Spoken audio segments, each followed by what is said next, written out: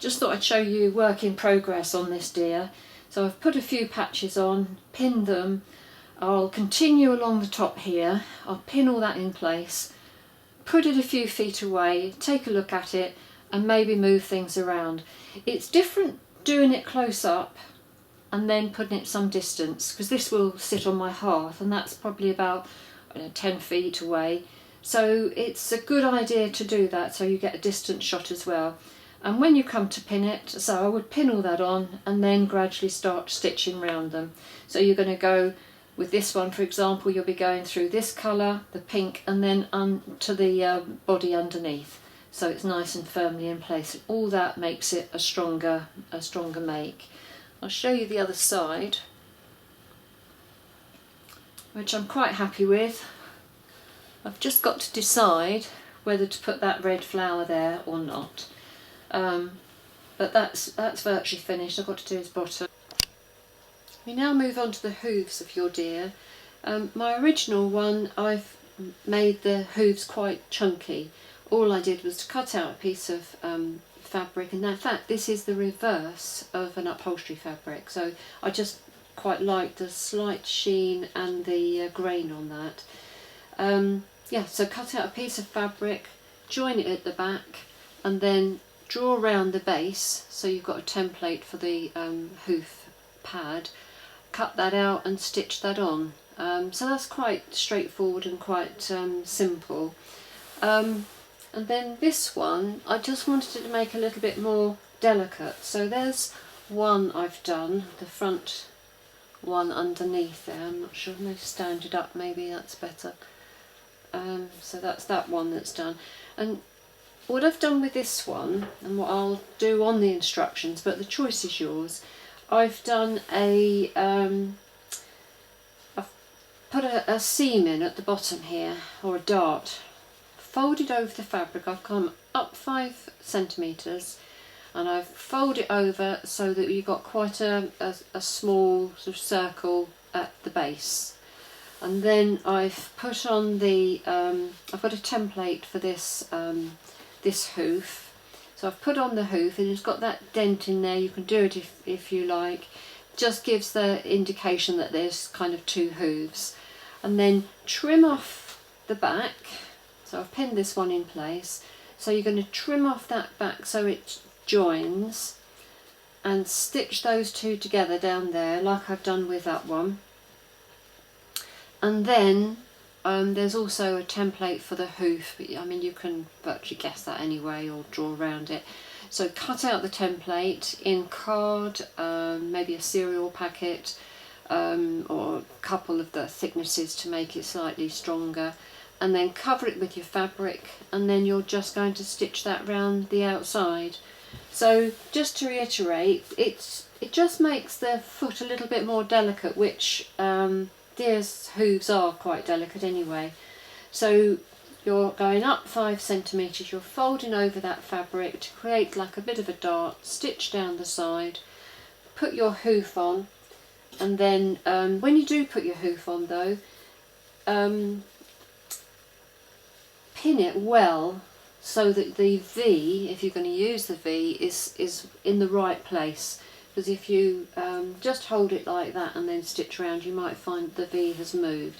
So you're going to pin that in place, trim off down the side here and stitch it in place, and all the way around the top as well, and then put your hoof pad in at the base. Keep on, as I say though, making sure that your deer is standing okay. It may be that you can either tweak, I mean you can do a lot with these legs by pulling them out and moving them around, or if you get one that's perhaps a bit too short, you can put in, when you put your hoof pad in, you can put a bit of extra wad in and then maybe do a double thickness of the pad just to take up the difference. So you can do quite a lot, but that's what I would call more fabric sculpting. You know, it's how you position the legs, how you fit them will make a difference to where the legs sit and whether you need to put added stuff in. So there's a little bit of creativity involved in that side as well. Now before you put the hoof on, the hoof pad, get some extra wadding and make sure that this is really nice and firm, because this will make your deer nice and stable. So just keep putting in extra wadding, and you'll be surprised how much you can get in there, but it needs to be nice and firm like this one at the front here. So that one can take quite a bit, so just keep putting the wadding in, and then you're going to put the little pad on the bottom.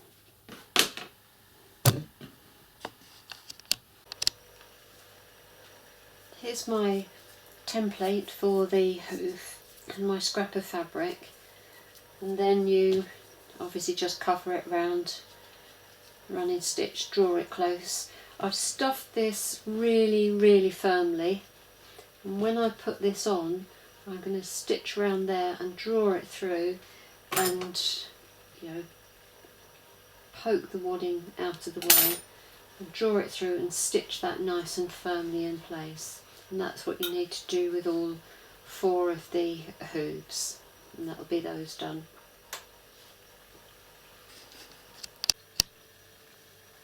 We're now going to work on the antlers for our deer. Obviously if it's a roe buck, he'll have antlers. A girly one, roe doe, you don't need to do this process, but it's up to you which gender you're going to do. So you've got a template for the antlers. It's 1 long one, cut per template, 1 at that size, and 2 of the smaller ones as per the size. So we take the long one, and you can see we need to bend it. If you mark off your bend point, which is there, and the next one is there, and for the medium one, again mark off your bend point,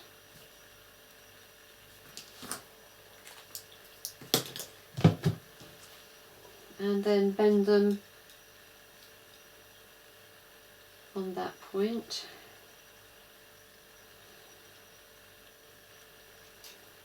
Try and get them to bend in the same way, because that bit is going to fit on the crown and this is the actual antler. So bend it up like so, and the same with the other one.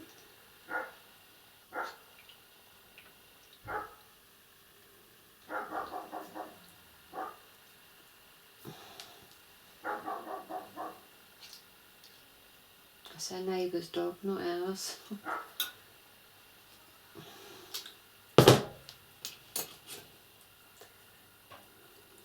So join those 2 together.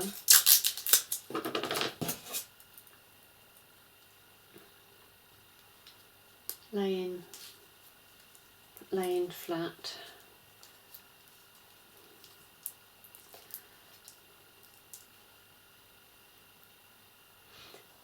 And so the shorter one is going to be on top. So tape it together so that you are going around here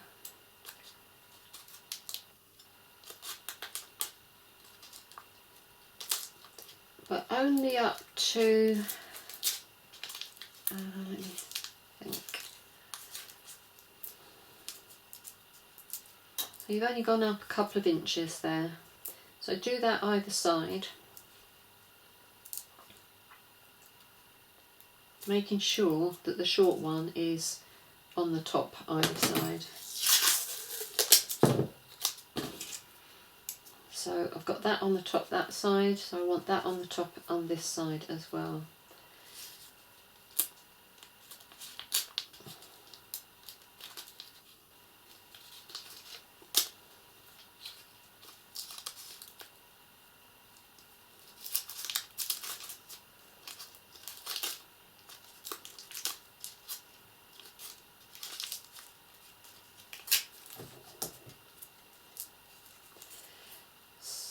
So we've got to that point, so I've only just come up here a couple of inches, and then the next one is going to be fitted on the underneath to go out like that.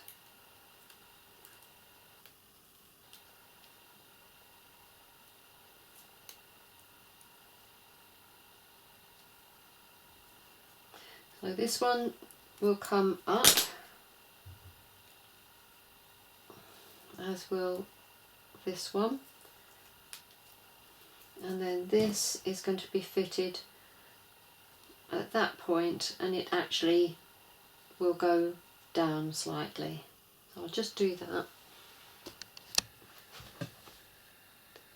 So we're at this stage now. I've taped these two together here on this side, and I've started to build up. In fact, I've done as much as I want to do on this side now with masking tape, so that it's slightly fatter at the base, and then attach these nice and firmly up to this point, and they're ready for covering with fabric.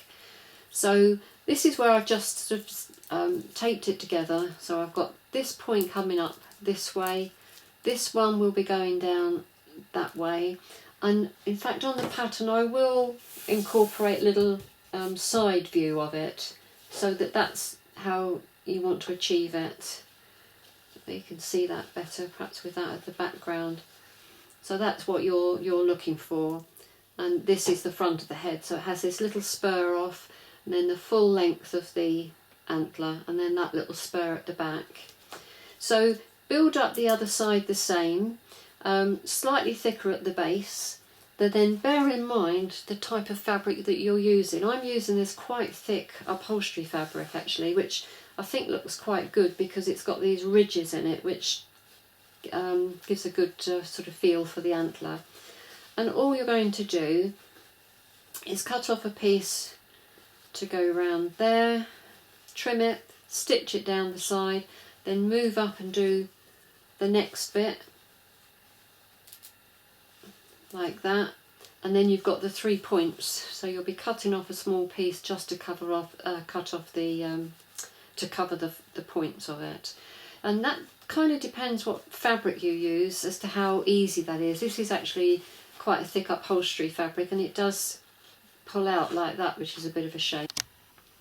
So we've got our antlers to this stage, and now the next thing we have to do is create a plinth. So I've got a piece of cardboard, I've rolled it over a few times at that end, because what we want to do is to make the plinth flat, but it needs to be, the antlers need to be going backwards like that.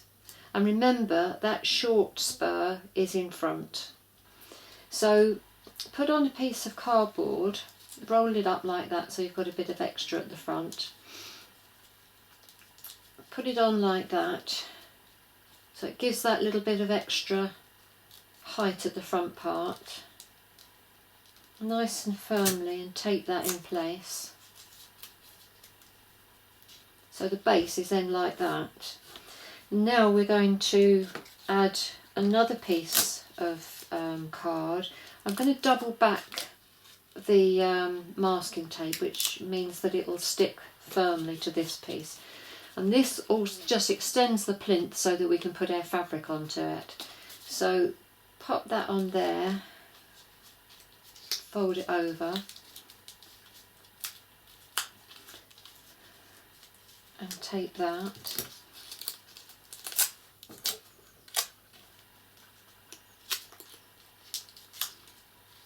So you can see it's that at that angle. And now need to cut out a piece of fabric that will cover that cardboard, and I've already done that and shaped it. So that will go over top of that, and a good way to keep that in place while you're sewing and putting the coronets on is again to put double back your masking tape. It'll just hold it in place properly. So just double back a bit like that, pop it onto there, and then put your fabric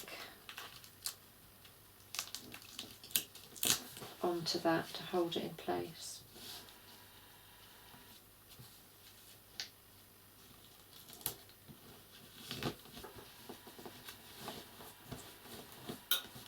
So what you end up with on the back is sufficient overlap that will be stitched to the head. Now for the coronet, I mean this is something you may or may not want to do. This fabric has got this lovely selvage, so I'm going to cut off a piece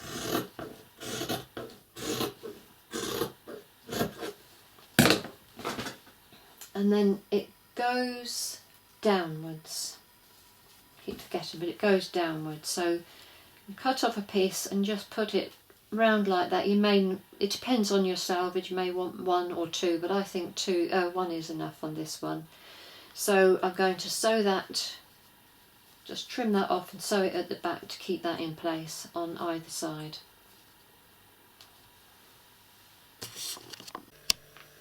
I'll just show you now how the antlers have been fitted in place.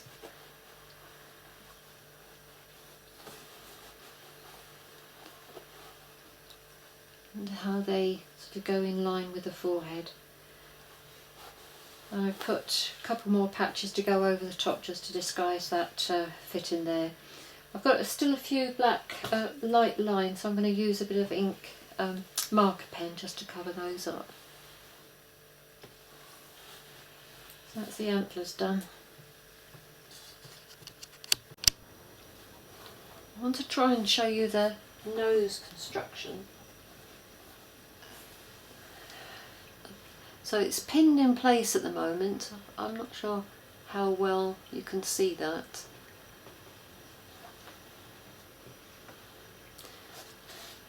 There's two parts to the nose. I'm going to take the pins out and show you, see if I can hold it in place properly. So there's this piece, and then there's this sort of bar, if you like. The reason for having it in two pieces is that they have a sort of indent there where their nostrils are, and I've tried all sorts of ways, and I think this was quite a good way of creating that impression. So first of all you cut the bar out and put that in place so it will wrap around the side slightly, and it's level, the top is level with the flat of the nose. So stitch that in place all the way around, nice and tightly, and then this part, that part there goes right on the top there, and then this part you'll have you'll be stitching a line for his mouth along the side. So pop that in place on the top, which can't really see very well, and then this bit, this flat, is just enough, it gives you enough just to later on you'll embroider a bit of a line along there for his mouth. I don't know, hope you can see that quite clearly. And then from the side, then it gives you, there's quite sort of square on the nose there, but it gives you this little circle out here, which because if you've got the edge of the nose, it emphasises it a little bit more. So I hope you can see that alright.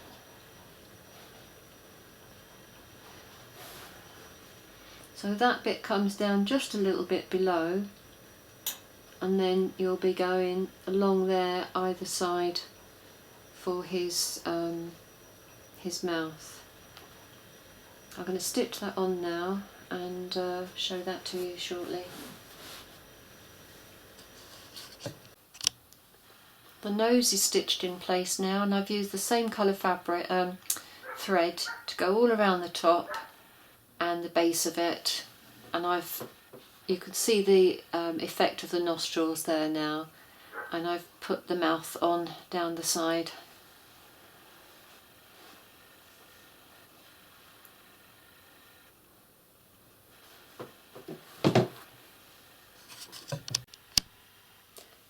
Now I've cut out 4 pattern pieces for the ears, right sides together. Oh, on one side I've put, this is only just a cotton, quite a thin cotton fabric, so I've interfaced it with some iron-on interfacing.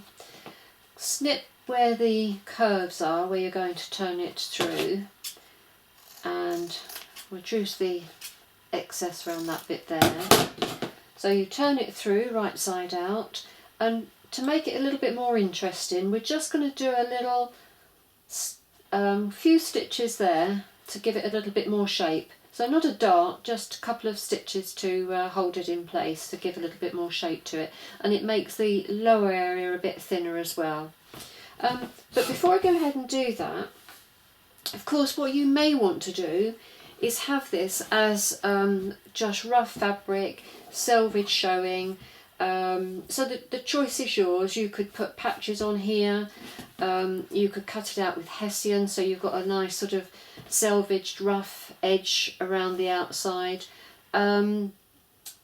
Obviously if you do it in this way where you're stitching, turning it right side out, it does end a little bit up, a little bit smaller. So again you've got that choice, smaller ear, or if you cut it to the full size and don't turn it through, obviously you will have a bigger ear, so that's your choice. So yeah, we're going to just knit that to pull it through, and then we'll be closing it up and fitting it onto our ear. So I've done the stitch just at the back there, just to catch it and give it a little bit more shape, and I've also now cross that over at the base so it's level at the bottom. Oh, trim back any excess interfacing that may be sticking out, and then I've caught it just there, a couple of little stitches to hold that in place, and now we need to snip all the way round so that it will give us something to stitch onto the head. So snip up. And you may want to adjust this when you put it, offer it up to the head. You might say, oh, I've got to need a bit, snip a little bit more, or at least adjust it a little bit. And the idea is that when you put that onto the head, those are going to spread out, and you can fit it and just catch that as close to the base as possible. And then you can trim off your little bits of excess fabric. So let's see how we can do that.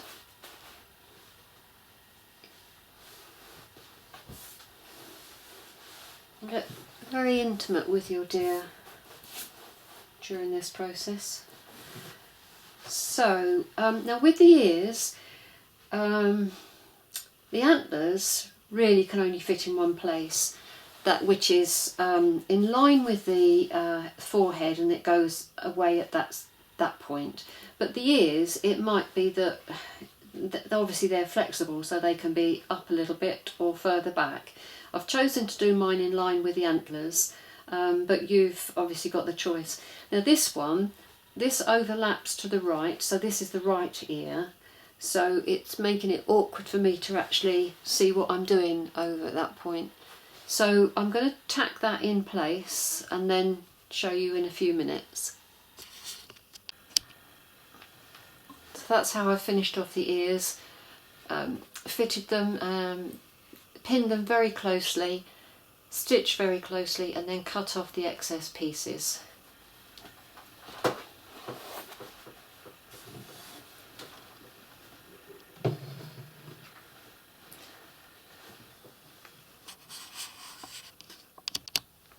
Now it'll probably take you several times to get the right positioning, but you're going in through the top of the eye opening, make sure it's stuffed nice and nicely, and then coming out in the same place on the other eye, and pull that through, and then you're going to just put a button on each side and that's what we shall be stitching onto.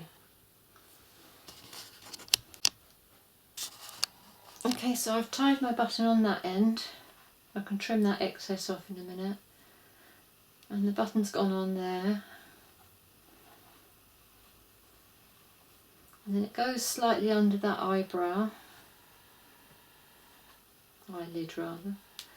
And then cinch it in a little bit, but actually deer's eyes are, they do protrude quite a bit.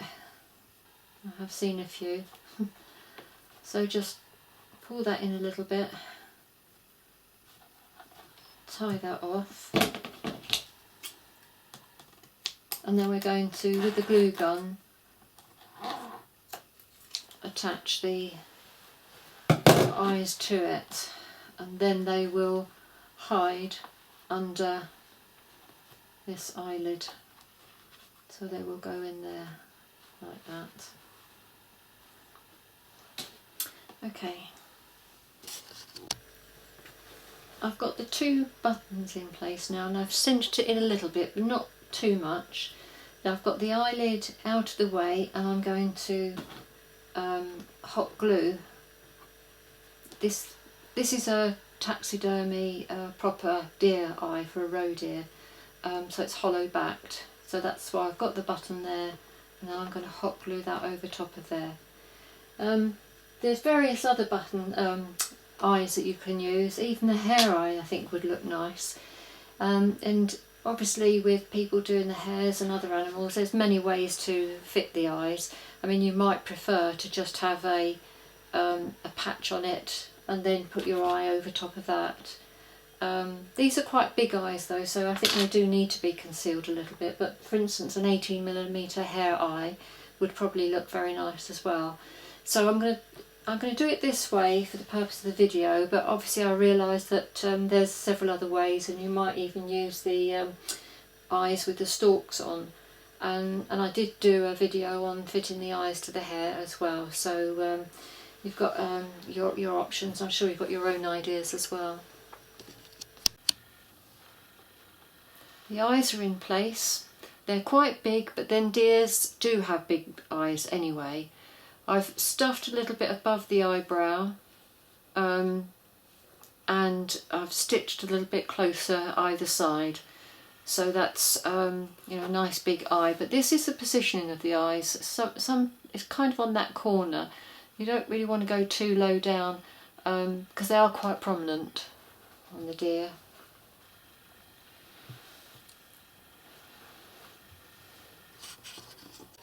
I think I've probably said before that the roe deer don't actually have a tail, but you may want to make it a tail. It might look aesthetically more pleasing with a tail, so it's up to you. I've just done a very simple tail pattern, cut two like this, and I'm just going to stitch around the side there, and then that will go inside.